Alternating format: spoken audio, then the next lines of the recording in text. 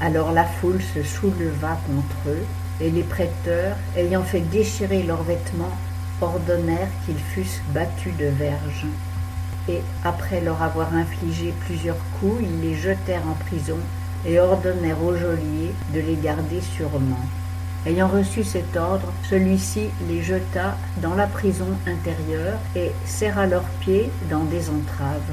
Sur le minuit, Paul et Silas, étant en prière, chantaient les louanges de Dieu, et les prisonniers les entendaient. Et tout d'un coup il se fit un grand tremblement de terre, en sorte que les fondements de la prison furent ébranlés, et en même temps toutes les portes furent ouvertes, et les liens de tous furent rompus. Alors le geôlier, s'étant réveillé, et voyant les portes de la prison ouvertes, tira son épée et allait se tuer, croyant que les prisonniers s'étaient sauvés. Mais Paul, d'une voix forte, s'écria « Ne te fais point de mal, car nous sommes tous ici. » Alors le geôlier, ayant demandé de la lumière, entra promptement et tout tremblant se jeta aux pieds de Paul et de Silas. Puis, les menant dehors, il leur dit « Seigneur, que faut-il que je fasse pour être sauvé ?» Ils lui dirent « Crois au Seigneur Jésus-Christ, et tu seras sauvé, toi et ta famille. » Et ils lui annoncèrent la parole du Seigneur et à tous ceux qui étaient dans sa maison.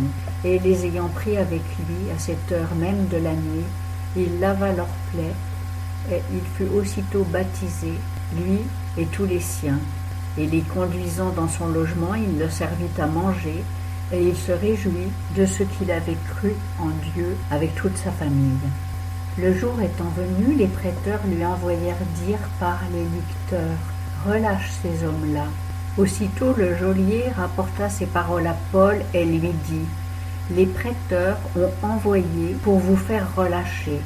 Sortez donc maintenant et allez en paix. » Mais Paul dit aux licteurs « Après nous avoir battus de verges publiquement, sans jugement, nous qui sommes Romains, ils nous ont mis en prison, et maintenant ils nous font sortir en secret?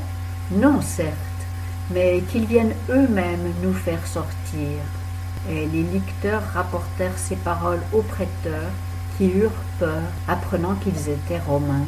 Et ils vinrent les apaiser, et les conduisant dehors, ils les prièrent de se retirer de la ville. Et eux, étant sortis de la prison, entrèrent chez Lydie, et ayant vu les frères, ils les consolèrent, et ensuite ils partirent.